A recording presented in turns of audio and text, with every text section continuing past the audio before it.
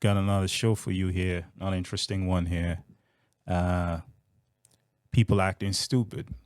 Like 2 weeks ago, over the 4th of July celebration, and it's tragic what happened. But I've pointed out the same problem in previous videos. That there's a problem. There's a sickness happening in the black community. It's been going on for too long now, way too long. I'm not gonna go get into how long ago. It's a sickness. It's an absolute sickness, and as a black community, black people need to get up and take accountable. You can't blame nobody. Let's get into it, and I'll share my thoughts at the end of it. But yeah. Standards intervention might have put an end to a deadly shooting July 4th at a Fort Worth car wash before it could get even worse. Court documents for the arrest of 27-year-old Kennard Murphy outline how the shooting started and how it came to an end. 3 people were killed, 2 young girls, as well as 42-year-old Terrell Wynn. Fox 4's Amelia Jones spoke with Wynn's family, joins us with new details on the investigation. Amelia. Blake, those 3 victims were not involved in the initial fight. As you mentioned, those victims include 2 young girls and 42-year-old Terrell Wynn. I spoke to his sister today, who told me that the family is still in shock about what happened. Fort Worth police say this car wash off West Cleburne Road in Fort Worth is where a large 4th of July gathering ended in gunfire. According to court documents, 27-year-old Kennard Murphy went to this gathering to see his 11-month-old daughter. Witnesses told police due to prior domestic violence issues between Murphy and the baby's mother, there are relatives in her family who don't like him. Just before midnight, one of those relatives got in a fight with Murphy. At first, it appeared the 2 men were going to get in a fist fight. Then Murphy pulled out a rifle and started shooting at the other man, who was unarmed. 3 people not involved in the fight were hit by gunfire. Like, life is so unfair. It's so unfair. And it be the innocent people that get hurt. Twyla Wynn's brother, 42-year-old Terrell Wynn, was one of the 3 people shot. He was hit in the leg and died from his injuries. Bullets also struck the back of a vehicle and hit 2 sisters in the back seat, 1-year-old Winter Thuston and 4-year-old Ivy Pierce. The children were taken to the hospital and later died. Hey, them babies didn't deserve it. My brother didn't deserve it. The documents go on to say an unknown person shot Murphy in the back, forcing him to drop the rifle. Then another person rushed over to grab it before Murphy could get to it and continue shooting. I just hate he was caught in the wrong place at the wrong time. Wynn couldn't confirm if her brother knew anyone at the large gathering. She believes he was there to use the car wash. Wynn says her brother moved to Texas from Louisiana about 5 years ago for a better life. He was going to celebrate his 43rd birthday in 2 weeks. His sister says that he also leaves behind a 21-year-old son. He's going to always hold a special place in my heart. When police spoke to Murphy, they said that he admitted to pointing the rifle at the relative of his baby's mother who he was fighting with, and he admitted to police, they say, that he tried to shoot him. Murphy is currently charged with capital murder of multiple persons. Fort Worth police say he's still in the hospital recovering from his injuries, so he hasn't been booked into jail yet. Blake. Yeah, see, this is the stuff that I'm talking about. You know, and I have a problem with this. There's a sickness going on in the black community. I mean, people are just trigger happy. They just, and this is all over. There's so many other killings that happen on 4th of July, and this is all over. There's in so many other cities too. But this place, I mean, what's going on in these places, man? From Chicago to LA to... It never ends. It never ends. It never seems to surprise me what's happening in the black community anymore. I'm not shocked. I'm just sitting by it.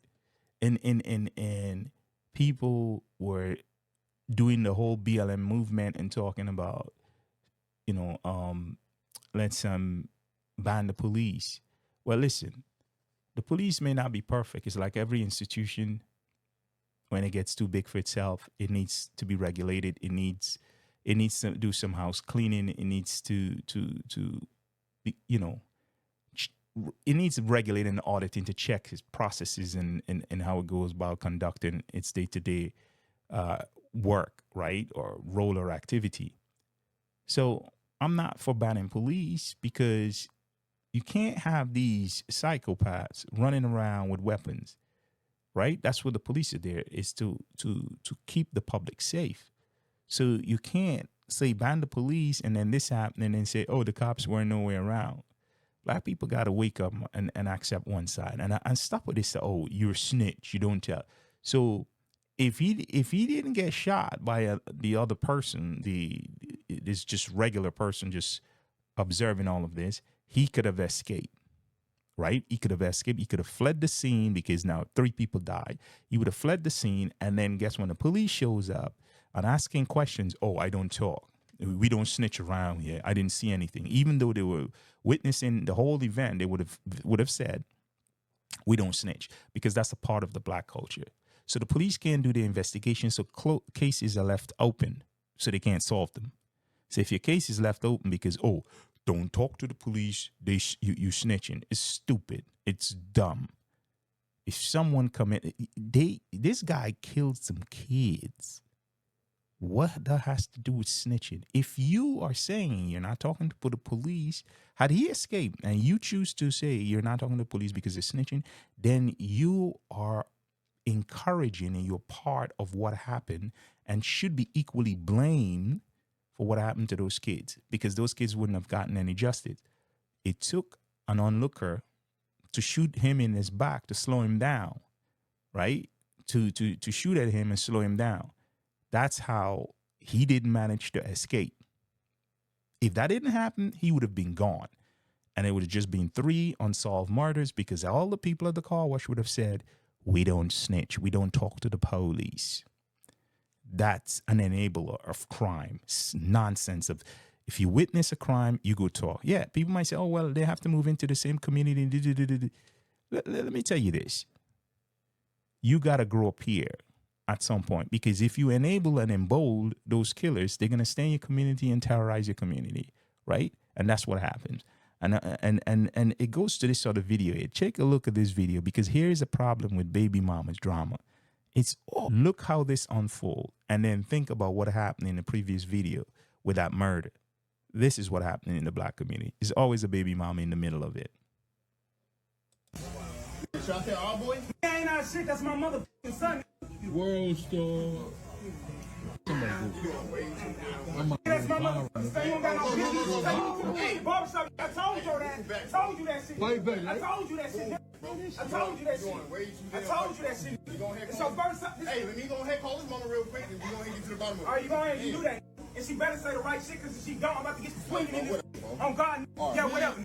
Yeah, whatever. I'm trying to poke you. Yeah.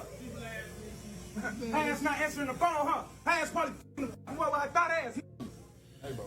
Man. Like I told you, hey, get him out your phone. That's not your motherfucking son. That's my motherfucking son. This you want to be Russell Wilson so motherfucking bad.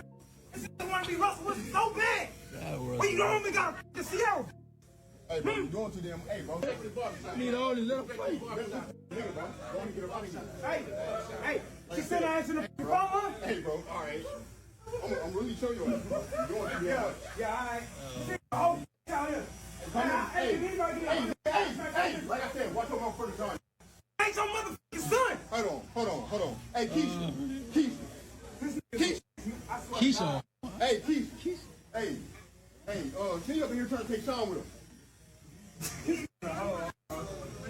Let me get a little closer. What? You ain't taking her nowhere until you pay your child support. What? Child support? That little bitty ass shit, I can pay that shit right now on God. Do it then. Child support. Shit out your ass. Do it. Hey, take that aside, man.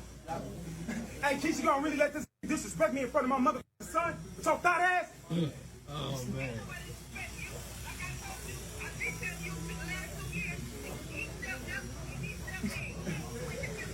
Hey, call that. Hey, I'm getting my motherfucking son. We going. Hey, Mike, I appreciate you, but I need my son. Hey, let's wrap this shit up. I need my motherfucking son, man. Give me my motherfucking son. Hey, don't get my son no more. I'm gonna slap the shit out your ass.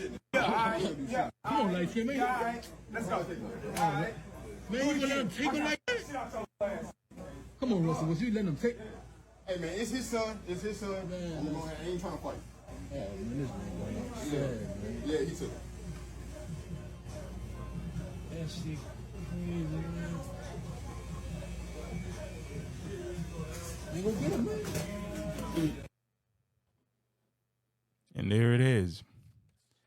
Do you see how much self-constraint, the emotional control that guy in the bright sky blue shirt had compared to that animal cussing in front of his son? Yeah, great values. And then making all those threats. Now, here's the other thing too. He keeps talking and keep threatening. If you really about it, you really about that life, you don't have to keep saying it over and over. You could have smacked the dude.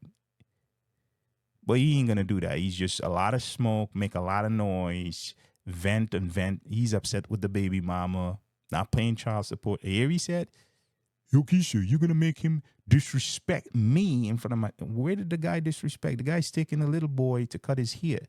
He's paying for it.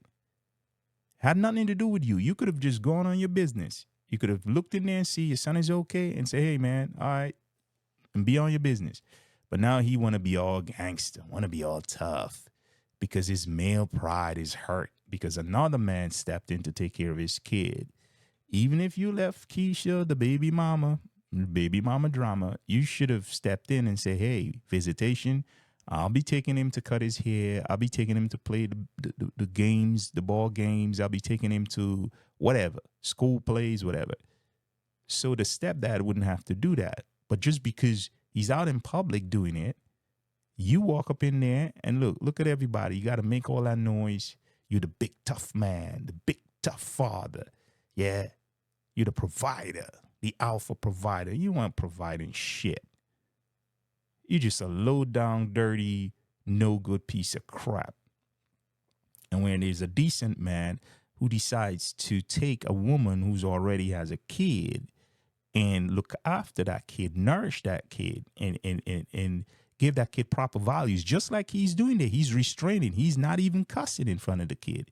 Even though you cussing in his ears, you aggressive, you all up in there spitting your disgusting saliva on the man is self-control. Because other dudes would have smacked you down because you ain't about that. You would have hit him already. You would have punched him if you're about that life. You are not. You're the biggest punk there, just making a whole lot of noise. Empty drums make the most noise because when you roll them down, there's nothing inside, so they make all that noise, right? So you're like that drum. You got nothing inside of you, but you're making all that noise. You're just a small man. And this is what I talk about. Those are the link to the other video because of all the murder that happened. These are these empty men that walks around in the black community calling themselves men, right? Fathers. Look how he's behaving in front of him. He's traumatizing that little boy. Only God knows what he's done with the little boy because he's left there so angry.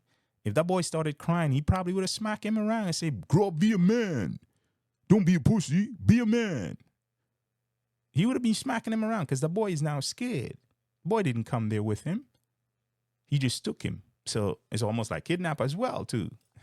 He had no visitation. He had no rights to take that little boy over there. So this is what happened in the black community every day. You could see that. I'm not saying it doesn't happen in the Hispanic community or the white community or the Asian. I'm speaking right here. This is the black community, and this is what I talk about.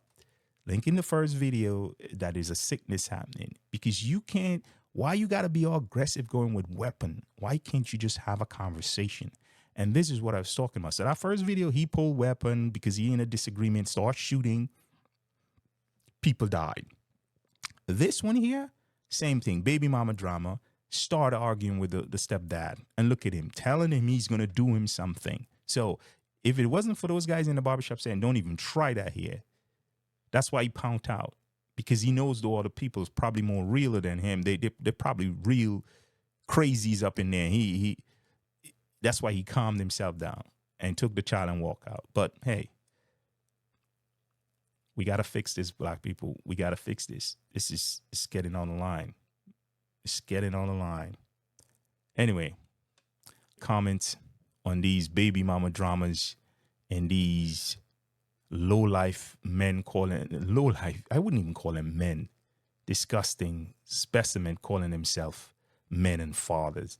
And this is how he raises his kid. And this is how he teaches his kid to behave in public. Leave your thoughts in the comments. Please, please help me grow this channel. Give me a little like, a little thumbs up if you like the content. If you agree or disagree, let me know so I can get better and grow the channel and put out better content. Appreciate it. Subscribe. Thank you. See you in the next one.